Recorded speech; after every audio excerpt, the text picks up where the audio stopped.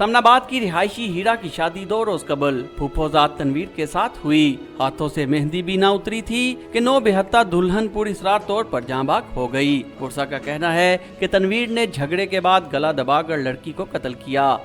कोई लड़ाई झगड़ा नहीं था, मेरी सिस्टर के घर शादी हुई है, मेरा भांजा है ये। बाकी जो किया इसने गलत किया है, तशद्दुद किया, जहर दिया, जो भी दिया है इसने दिया है।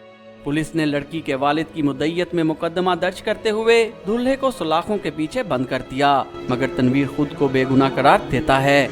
मैंने उससे हिलाया, मैंने पूछा, मैं कहा तबीयत ठीक है तुम्हारी? तो उसने जवाब नहीं दिया आगे से। मैं कहा चलो सही है, मैं साथ ही उसके सो गया हूँ। 6 बजे सुबह मेरी फिर आँख खुली है, मैं बाथरूम वगैरह करके आया। मैंने फिर उससे हिला के पूछा, मैं कहा उठी नहीं तुम, तबीयत वगैरह अब सही है कि नहीं?